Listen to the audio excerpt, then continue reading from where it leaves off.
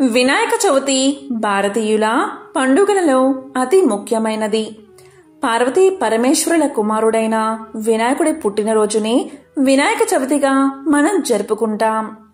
భాద్రపద మాసం శుక్ల చతుర్థి మధ్యాహ్న శుభ సమయంలో హస్త నక్షత్రం రోజున చవితి ఉత్సవాలు ప్రారంభమవుతాయి. మరి ఎంతో పవిత్రమైన విశేషమైన వినాయక చవితిలోగా ఈ కథను విన్నా, చదివినా, చెప్పినా, వినిపించినా సకల శుభాలు కలుగుతాయి. జన్మల దోషాలు తొలగి కోటి జన్మల పుణ్యం వస్తుంది. మరి ఆ కథ ఏంటో ఇప్పుడు ఈ వీడియోలో తెలుసుకుందాం. విఘ్నాలు తొలగించే దేవుడు వినాయకుడు. ఏ పూజలో అయినా, వ్రతంలో అయినా, గృహ ప్రవేశంలో అయినా, ఎటువంటి శుభకార్యంలో అయినా సరే ముందుగా వినాయకుడిని పూజించాలి. ఆయన్ని పూజిస్తేనే ఆ పూజ, ఆ వ్రతం సంపూర్ణమవుతుంది. తొలి పూజలందుకుని ఆ మహాగణపతికి నమస్కారం చేస్తూ ఎంతో విశిష్టమైన ఆ వినాయకుడికి సంబంధించిన ఒక విశేషమైన కథను ఇప్పుడు తెలుసుకుందాం. అదే విఘ్నేశ్వరుడి మహాశిల్పం కథ. ఎవరైతే ఈ కథను వింటారో లేక చదువుతారో వారి జన్మల పాపాలు తొలగి కోటి జన్మల పుణ్యం వస్తుంది. ప్రతి పనిలోనూ విజయం కలుగుతుంది. మరి ఆ కథ ఏంటో ఇప్పుడు ఈ వీడియోలో తెలుసుకుందాం. పూర్వం వాతాపి నగరం మధ్యలో ఉన్న మహాశిల విఘ్నేశ్వర శిల్పంగా రూపొందాలి అనే కోరిక అగస్త్య మహర్షికి మిగిలిపోయింది. అగస్త్య మహర్షి యొక్క భార్య లోపాముద్ర చిత్రకళా ప్రావీణ్యురాలు. ఆమె అక్కడికి వచ్చి మహాశిలను పరిశీలించి అది ఏ విధంగా రూపొందాలో అలాంటి విఘ్నేశ్వరుడి రూపరేఖా చిత్రాన్ని తయారు చేసింది. రేఖాచిత్రమైతే తయారైంది. కానీ ఆ ప్రకారం మహాశిలను మలచగల శిల్పులు, శిల్పాచార్యులు ఎంత ప్రయత్నించినా లభించలేదు. దీనితో అగస్త్యుడు ఎంతో బాధతో మహాశిల ఎదురుగా కూర్చుని చిత్రాన్ని, శిలను పదే పదే చూసుకుంటూ కాలం గడుపుతున్నాడు. వచ్చిన శిల్పాచార్యులందరూ చిత్రాన్ని చూసి ఇలాంటి శిల్పాన్ని మలచడం దేవశిల్పి విశ్వకర్మకు, దానవ శిల్పి యముడికి తప్ప ఇతరులకు సాధ్యం కాదు అంటూ వెనక్కి జంకారు. శిల్పులు ఉలులను మహాశిల మీద పరీక్షించి ఇది వజ్రపాషాణం, దీన్ని చెక్కడానికి మామూలు ఉలులు పనికిరావు, వజ్రపు ఉలులు కావాలి, దేవతలు వచ్చి చెక్కి తీరవలసిందే, కాని మానవ మాతృలతో ఈ పని కాదు అంటూ తెలియచేశారు. ఆ సమయంలో దేవశిల్పి విశ్వకర్మ భార్య విష్ణు మానస పుత్రిక అయిన విశ్వకళ అలిగి పుట్టింటికి చేరుకుంది. దీంతో విశ్వకర్మ మతి స్థిమితం పోగొట్టుకున్నాడు. దానవ శిల్పి యముడు, అతని భార్య అయిన హేమ తిరిగి దేవలోకానికి వెళ్లిపోగా పిచ్చివాడై జాడలేకుండా ఎక్కడో తిరుగుతున్నాడు. కాబట్టి విశ్వకర్మను యముణ్ణో పిలుద్దాము అన్న వారి స్థితి అంత అధ్వానంగా ఉంది. అగస్త్యుడికి మహాశిలను విఘ్నేశ్వర విగ్రహంగా రూపొందించడం సమస్యగా నిలిచిపోయింది. నిద్రాహారాలు మాని అతను శిలకు ఎదురుగా అలాగే కూర్చుని విఘ్నేశ్వరుణ్ణి ధ్యానిస్తూ, గణపతి, నా కోరికలాగే ఉంచేశావు అంటూ తన బాధను వ్యక్తపరిచాడు. ఒకరోజు ఊపుకుంటూ బాలప్రాయం వాడు అటుగా వస్తున్నాడు. అతని చేతిలో ఏదో ఉలిలాంటిది కనిపిస్తుంది. ఆ బాలుడు కండలు తీరి ఉన్నాడు. శిల్పిలాగా కనిపించాడు. అగస్త్యుడు ఆశగా అతని చేతిలో ఏముందో అని పరీక్షించి చూడగా అది ఏనుగు దంతం కొన ముక్క. అది పిడితో బిగించినట్లుగా ఉండడం చూసి అగస్త్యుడు ఆశ్చర్యపోయాడు. ఇక ఆ బాలశిల్పి అగస్త్యుణ్ణి సమీపించి, ఏమిటో మహాశైలవారు మహాశిల ముందు మంతనాలు ఆడుతూ కూర్చున్నారు, ఏమైనా పని దొరుకుతుందేమోనని ఇలా తిరుగుతున్నాను అన్నాడు. అతని మాటలు మధురంగా అగస్త్యుడికి పారవస్యాన్ని కలిగించాయి. ఇక అగస్త్యుల వారు ఇలా పలికారు, చిరంజీవి ఈ మహాశిలను గణపతి దేవుడి విగ్రహంగా చూడాలని ఎన్నో రోజుల నుంచి ఉవ్వులేరుతున్నాను అంటూ తన దగ్గర ఉన్న రేఖా చిత్రాన్ని శిల్పికి చూపించి, ఇంతకు నువ్వెవరు, ఏం పని చేస్తావు అని అడిగాడు. దానికి ఆ బాలుడు ఇలా సమాధానం చెప్పాడు. నేను చేసే పనుల్లో మొదటిది పుష్టిగా తినడం, తరువాత శిల్పం చెక్కడం. నన్ను బాల శిల్పాచార్యుడు అని పిలుస్తూ ఉంటారు అని బాలశిల్పి తెలియచేశాడు. అగస్త్యుడికి అతని మాటల తీరు మేను పులకరించేలా ఉండి నవ్వు పుట్టించాయి. ఆయన్ని సందేహంగా చూస్తూ, మహాశిలను మహాశిల్పంగా రూపొందించే మహాశిల్పి కోసం పడిగాపులు కాస్తున్నాను. నీవేమో శిల్పిని అంటున్నావు, కాని బాల శిల్పివి. ఈ శిల బ్రహ్మాండమైనది, మహోన్నతమైనది. నీవేమో పొట్టివాడివి. అలాంటప్పుడు మహాశిల్పాన్ని నీవు మలచగలవా అని అగస్త్యుడు పలికాడు. ఆ మాటలకు బాలశిల్పి నవ్వి ఇలా అన్నాడు. నేను బాలశిల్పిని అయినంత మాత్రాన నా శిల్పం మహాశిల్పం కాదని అనుకోకు. మహా అని అన్నంత మాత్రాన గొప్పేమీ కాదు. నా ఉలికి అన్నీ సాధ్యం, కానిదేదీ లేదు అంటూ ఉలిని తీసి చూపించాడు. అది దగదగ వజ్రంలాగా మెరుపులు విరజిమ్మింది. అగస్త్యుడు చూస్తూ ఉండగా బాలశిల్పి మహాశిల మీదకు ఉలిని విసిరాడు. ఉలి మొన తాకిడితో పెద్ద మెరుపు, కాంతి, ఉరిమిన శబ్దము బయటకు వచ్చాయి. అక్కడ శిలకు ఒక రంధ్రం ఏర్పడింది. అది నాభిస్థానం. మూర్తి శిల్పానికి నాభిస్థానం చాలా ముఖ్యమైనది. అందున లంబోదరుడి నాభి అంటే వినాయకుడి నాభి. లంబోదరంతో శిల్పం ప్రారంభమైందన్నమాట అని బాలశిల్పి చెప్తుంటే, రాతి నుండి లంబోదర లక్ష్మీకర అంటూ మాలవ రాగంగా సన్నగా పాట అగస్త్యుడికి వినిపించింది. ఇది అయస్కాంత రాయి. చెక్కుతున్నప్పుడు ప్రచండమైన విద్యుత్ వెలువడుతుంది. కనుక శిల్పను చెక్కడం పూర్తయ్యే వరకు ఈ చుట్టుపక్కల ప్రజలను ఉండనివ్వకూడదు. ధ్వనులు కూడా వినిపిస్తాయి. నగరవాసులు భయపడి కంగారు పడవలసిన అవసరం లేదు. కాబట్టి ఓ మహర్షి, ఇక నీవు వెళ్ళవచ్చు. వెళ్ళి నిశ్చింతగా నిద్రపోయి తెల్లవారుజాముకి ఇక్కడికి రావచ్చు. అప్పటికి శిల్పం పూర్తవుతుంది అని చెప్పాడు బాలశిల్పి. దానికి అగస్త్యుల వారు ఆశ్చర్యపడ్డారే కాని అంతకు మించి మరేమీ అతనికి తోచలేదు. అతని బుద్ధి ఏదో నిద్రలో పడ్డట్లుగా ఉంది. అప్పుడు అగస్త్యుల వారు కొంచెం తేరుకుని రేఖా చిత్ర పటాన్ని తీసి బాలశిల్పికి ఇవ్వబోతూ ఉంటే, దానికి బాలశిల్పి ఇలా అంటున్నాడు. ఇదివరకే చూపించావు కదా, ఒకసారి చూస్తే చాలు. పదే పదే చూసుకుంటూ చెక్కే రకం ఈ బాలశిల్పి కాదు. ఒక ఆటలాగా చెక్కుకునే రకం. అంతా అయ్యాక చిత్రం గీసిన వారిని వచ్చి చూసుకోమను. సరిగ్గా ఉందో లేదో, చిత్రానికి ఎంత ఇచ్చావో ఏమో కాని నాకు మాత్రం ప్రతిఫలం ఎంత ముట్ట చెబుతావో చూడాలి అని చిలిపిగా అన్నాడు. అతని చివరి మాటలు అగస్త్యునికి దిగులు పుట్టించాయి. తన భార్య లోపాముద్ర కోరిక మేరకు తీసి ఉంచిన ధనం తప్పితే తన అధీనంలో ఇంకేమీ లేదు. అంతా పంచి పెట్టేశాడు. శిల్పికి పారితోషకంగా ఆ కొద్దిపాటి ధనం ఇచ్చివేయక తప్పదు. లోపాముద్రకు ఏం చెప్పను ఇలా అనుకుంటూ అగస్త్యులు వెళ్లేసరికి లోపాముద్ర ముఖం తేజోవంతంగా దీపంలా వెలిగిపోతూ ఉంది. ఏమిటి సంగతి అన్నట్లు భార్య వంక చూశాడు అగస్త్యుడు. ఆనందంతో, అగస్త్యుల వారు నన్ను మన్నించాలి, ఋషిపత్నిలాగే ఉండాలని, అదే ధర్మమని నాకు ముందర నుంచి తెలుసు. నగలు, మంచి బట్టలు కావాలని, ధనం సేకరించుకురమ్మని నేను ఎందుకు అన్నానో నాకే ఆశ్చర్యంగా ఉంది. ఇప్పుడు ఏదో ఒక మహత్కార్యం నెరవేరడానికి అనిర్వచనమైన ఏదో శక్తి నా నోట ఆ మాటలు పలికించినట్లు తోస్తుంది.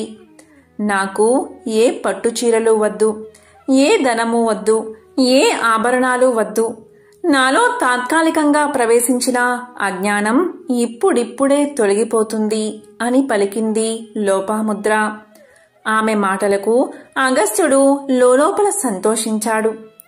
శిల్పి కుదిరాడు. శిల్పం తయారవుతున్నట్లే తెల్లవారేసరికి పూర్తవుతుందట అన్నాడు. దానికి ఋషిభార్య లోపాముద్ర ఇలా పలికింది, ఏమిటి తెల్లవారేసరికి ఆ మహాశిల శిల్పమవుతుందా? ఆ శిల్పి మానవుడా దేవుడా అన్నది. దానికి అగస్త్యులు ఇలా పలికారు, మానవ మాత్రుడే, బాలుడు కూడా. ప్రతిఫలం ఎలా ఇవ్వాలో, ఎంత ఇవ్వాలో ఏమీ తోచకుండా ఉంది అన్నాడు.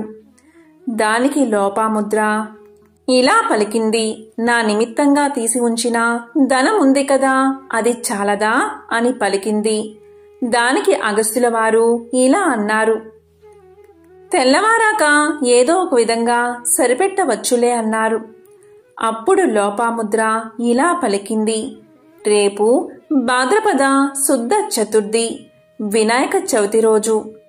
ఆ మహాశిల ధ్యాసలో పడి మీరు నెలలు తిథులు మర్చిపోతున్నారు అంది. దానికి అగస్త్యులు ఇలా అంటున్నారు, ఏమిటి రేపు వినాయక చవిత?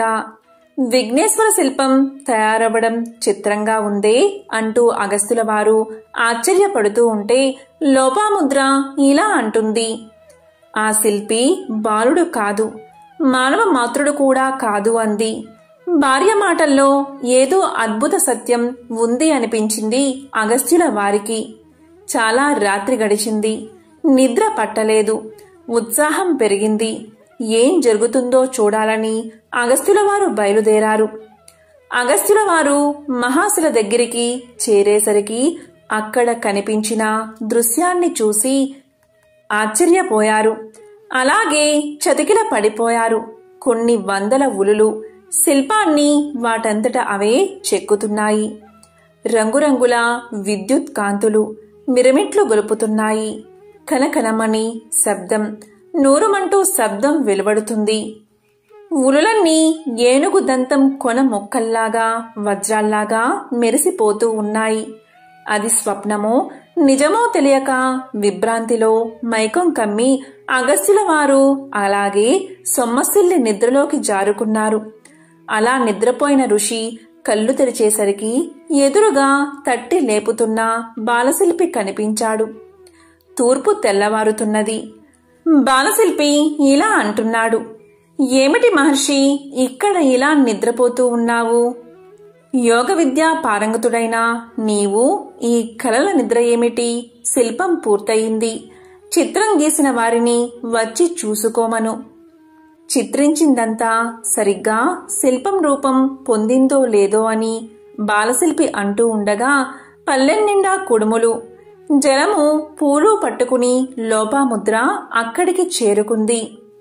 అగస్త్యుల వారు సంభ్రమాశ్చర్యాలతో స్ఫటికంలో మెరిసిపోతున్న విఘ్నేశ్వర మహాశిల్పాన్ని చూస్తూ ఉండగా బాలశిల్పి ఇలా పలికాడు, మరి నాకు ప్రతిఫలం ఏమిస్తావో ఇవ్వు మరి అన్నాడు. ఇక అగస్త్యుడు మాట తడబడుతూ, మహాశిల్పి నీకు ఏమిచ్చినా చాలదు.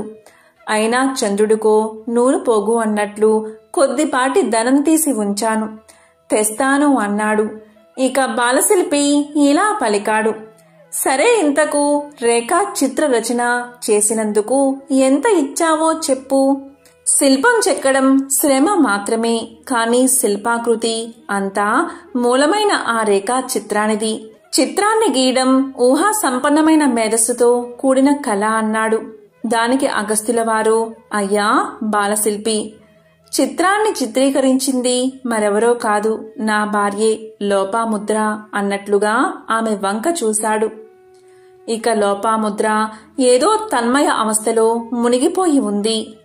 అప్పుడు బాలశిల్పి ఇలా పలికాడు, ఏమిటి మహర్షి, నేనైతే ఒక మహానగరాన్ని నిర్మించడానికి సరిపడే ధనాన్ని నీ భార్యకు ఇచ్చి ఉందును. అంత గొప్ప రేఖాచిత్రమది. ఆ ధనమంతా ఆ అమ్మకే చెందుతుంది అన్నాడు. దానికి అగస్త్యుల వారు ఇలా పలికారు, అసలు ఆ ధనాన్ని ఆమె కోసమే తీసి ఉంచాను అన్నాడు. అని నోరు జారాడు. దానికి బాలశిల్పి ఆశ్చర్యంగా ఇలా అన్నాడు, ఏమిటి ఇంతకు ఇది స్త్రీ ధనమన్న మాట? మాట చెప్పావు కనుక సరిపోయింది. నువ్వు ఇచ్చినా నేను పుచ్చుకోను. ఎంత ఘోరం జరిగి ఉండేదో నేను తీసుకుంటే. అందులో చిల్లి గవ్వ కూడా నాకు అక్కర్లేదు అంటూ లోపాముద్ర వంక చూసి, అమ్మా, నీ చేత్తో ఒక బెల్లం కుడుము నాకు పెట్టు, నాకు అదే చాలు. చెక్కిందానికి బొక్కిందే కూలి అని బ్రహ్మ శిల్పుల నుదుట ఎప్పుడో రాసి పెట్టేశాడు అన్నాడు. ఆ మాటలు వినడంతోనే లోపాముద్ర కుడుముల పెళ్ళాన్ని అతని ఎదుట పెట్టి సాష్టాంగపడి బాలశిల్పి పాదాలు పట్టుకుని, విఘ్నేశ్వరా, నీ అనుగ్రహంతో మా జన్మలు తరించాయి అంది. దాంతో బాలశిల్పి అదృశ్యమయ్యాడు. అగస్త్యుణ్ణి ఆవరించిన మాయ విడిపోయింది.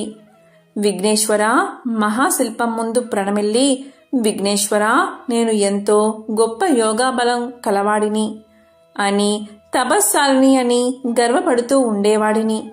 నీ ముందు వట్టి అజ్ఞాన్ని అయిపోయాను. ఎంతటి వాడైనా నీ మాయకు అతీతుడు కాదు అంటూ నమస్కారాలు చేస్తూ లెంపులు వేసుకుంటూ ఉంటే శిల్పంలోంచి వాతాపి గణపతిం భజేహం అనే కీర్తన హంసధ్వని రాగంతో మారు మోగుతూ వినిపించింది. అప్పుడు ఆ గానానికి తన్మయుడైన అగస్త్యుడు ఇలా పలికాడు, వాతాపి గణపతి, నీ అద్భుత శిల్పాన్ని నీవే మలుచుకున్నావు. ఇటువంటి మహోన్నత శిల్పం చెక్కడం ఎవరి తరము అన్నాడు. అప్పుడు విఘ్నేశుడి విగ్రహంలోంచి ఇలా పలికాడు, అగస్త్య మహర్షి, నా కోసమని నేను శిల్పం చెక్కుకోలేదు. నీ తృప్తి కోసం నీ కోరిక నెరవేర్చాను అంతే. అందువల్ల ఈ మహాశిల్పం కొంతకాలం మాత్రమే ఉంటుంది. అటు తర్వాత అదృశ్యమవుతుంది.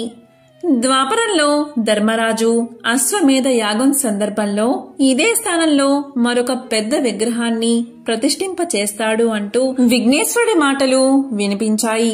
ఇక అగస్త్యుడు శిల్పానికి నమస్కారం చేసి పూజలు చేశాడు.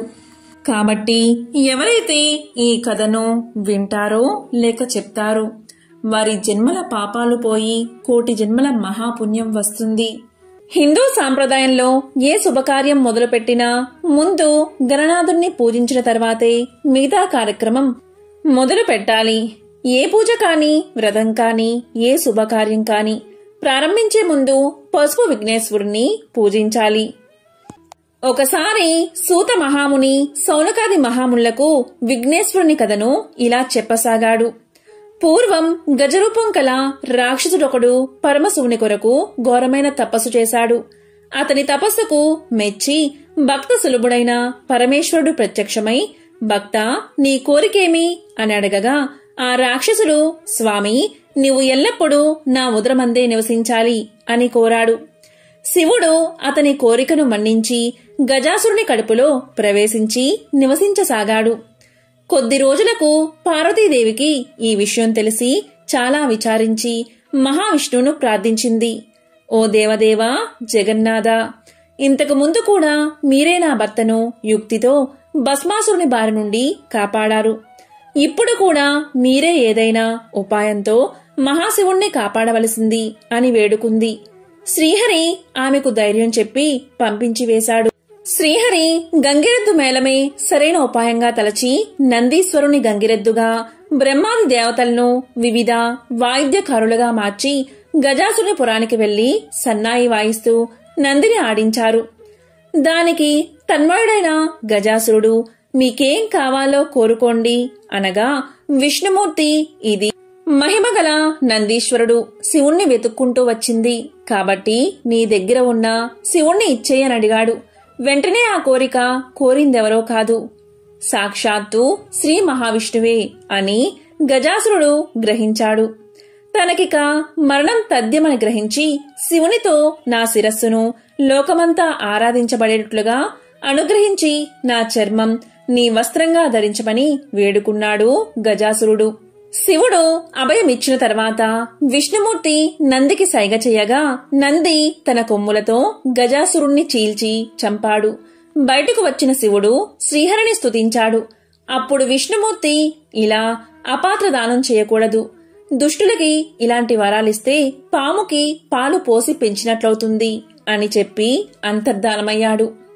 కైలాసంలో పార్వతీదేవి శివుని రాక గురించి విని చాలా సంతోషించి తల స్నానం చేయడానికై నలుగు పెట్టుకుంటూ ఆ నలుగుతో ఒక బాలుడి రూపాన్ని తయారు చేసి ఆ బొమ్మకు ప్రాణం పోసి ద్వారం వద్ద కాపలాగా ఉంచి ఎవరినీ లోపలికి రానివ్వద్దని చెప్పింది.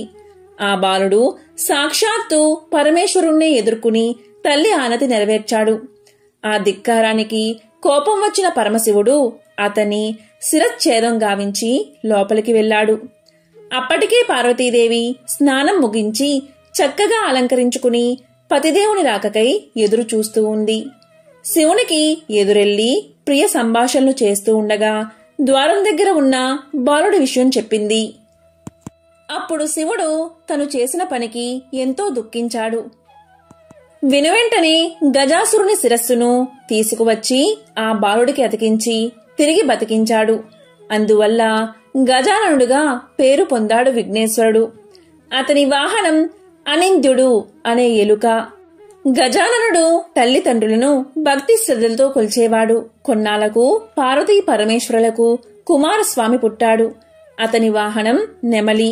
అతను మహాబలశాలి.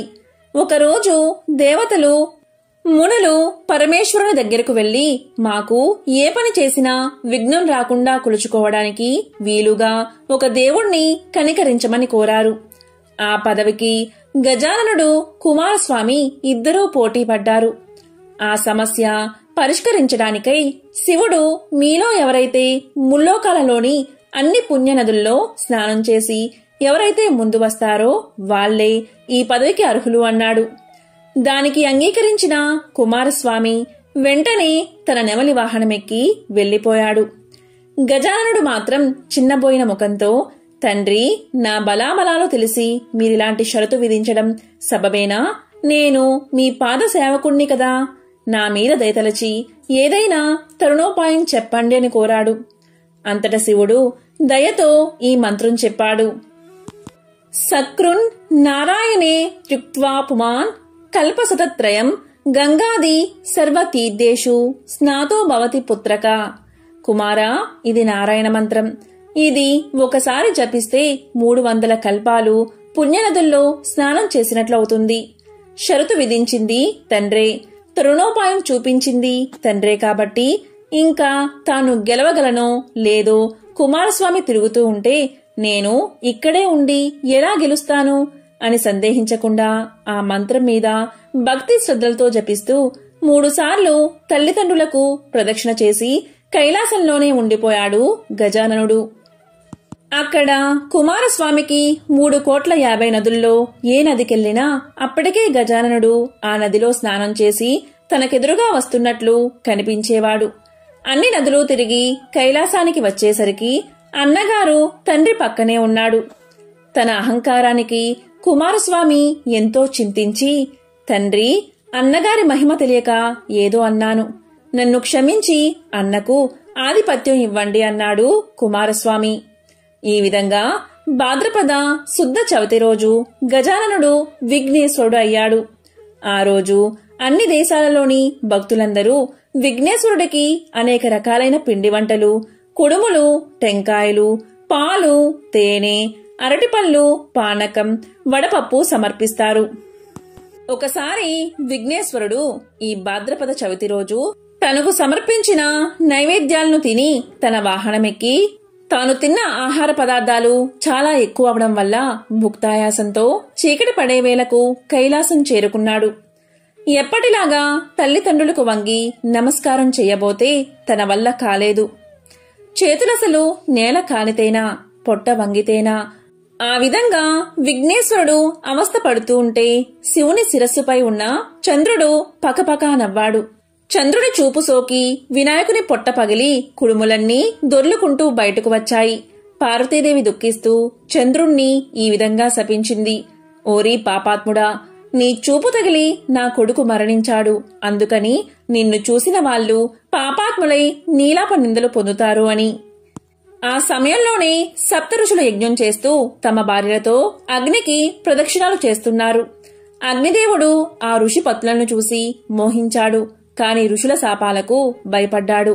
అతని కోరిక గ్రహించిన అగ్నిదేవుని భార్య అయిన స్వాహాదేవి ఒక్క అరుంధతి రూపం తప్ప మిగతా అందరి రూపం ధరించి అతనికి ప్రియం కలిగించింది. ఋషులు అది చూసి తమ భార్యలేనని తలచి వాళ్లను వదిలివేశారు. దీనికి కారణం వారు చంద్రుణ్ణి చూడడమే. దేవతలు మునులు వెళ్లి శ్రీ మహావిష్ణువుకు విన్నవించుకోగా ఆయన సర్వజ్ఞుడు కాబట్టి అసలు విషయం తెలుసుకుని ఋషులకు వివరించి వాళ్ల కోపం పోగొట్టాడు. కైలాసానికి వచ్చి విఘ్నేశ్వరుని పొట్టను పాముతో కుట్టించి అమరత్వాన్ని ప్రసాదించాడు శ్రీ మహావిష్ణువు. అప్పుడు దేవతలు మొదలైన వారంతా, ఓ పార్వతి, నీవిచ్చిన శాపం వల్ల లోకానికే ముప్పు, నీ శాపాన్ని ఉపసంహరించు అన్నారు. పార్వతి కూడా తన కుమారుణ్ణి ముద్దాడి, ఏ రోజైతే చంద్రుడు నా కుమారుణ్ణి చూసి నవ్వాడో ఆ రోజు చంద్రుణ్ణి చూడకూడదు అని ఉపశమనాన్ని కలిగించింది. ఆ రోజు భాద్రపద శుద్ధ చతుర్థి.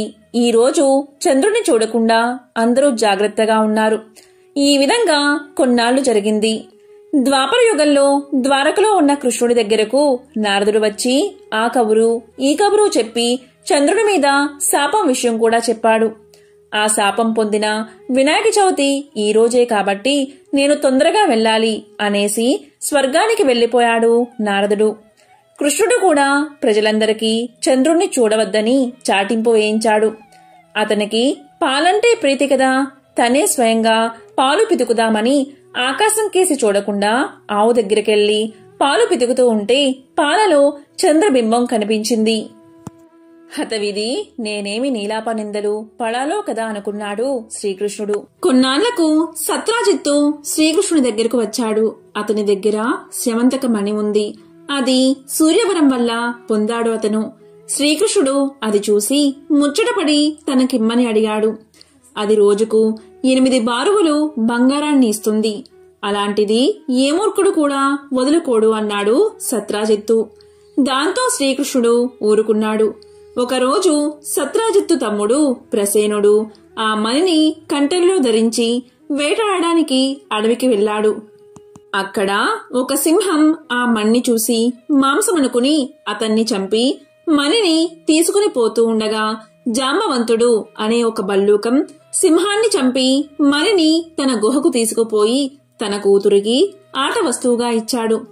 ఇదంతా తెలియని సత్రాజిత్తు ఇంకేముంది మణిని ఇవ్వలేదని కోపంతో శ్రీకృష్ణుడే నా తమ్ముణ్ణి చంపి మణిని తీసుకున్నాడని చాటింపు వేశాడు. శ్రీకృష్ణుడు తను భయపడినట్లుగా నీలాపనిందలు రానే వచ్చాయి. దాన్నెలాగైనా రూపుమాపాలి అని సంకల్పం చేసి సపరివారంగా అడవిలోకి వెళ్లి వెతకడం మొదలుపెట్టాడు శ్రీకృష్ణుడు.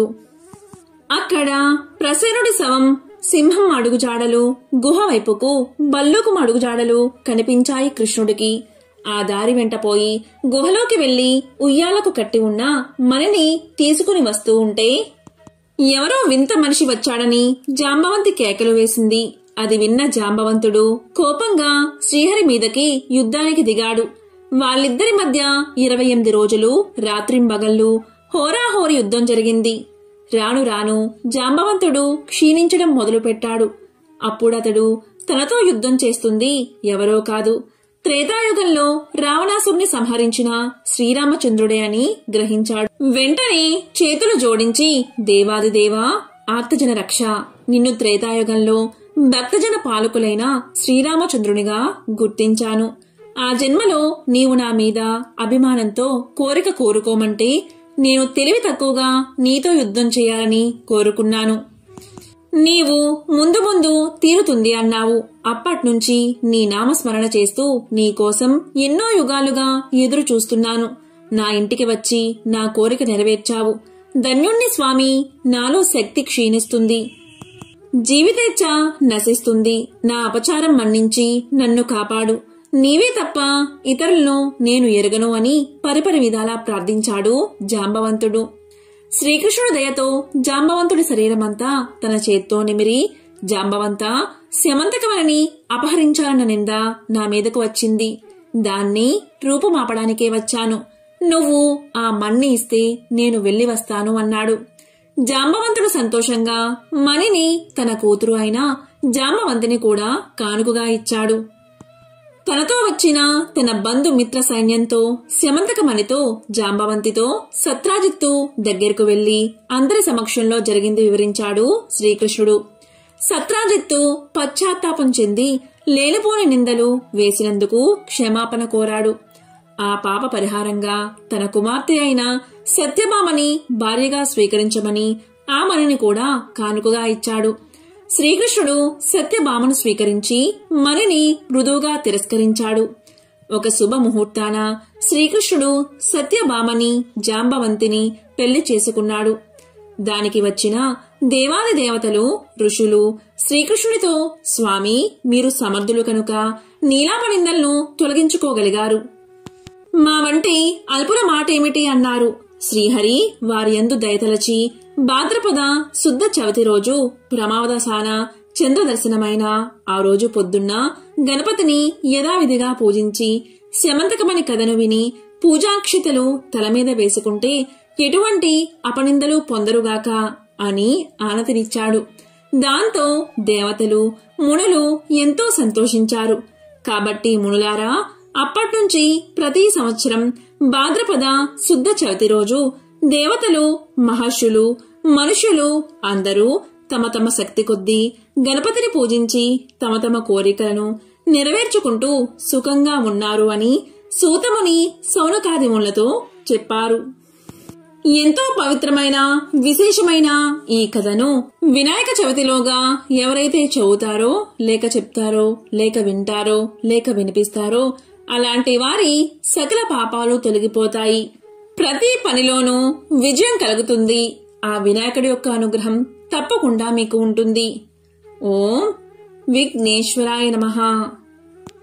ఓం గం గణపతియే నమః.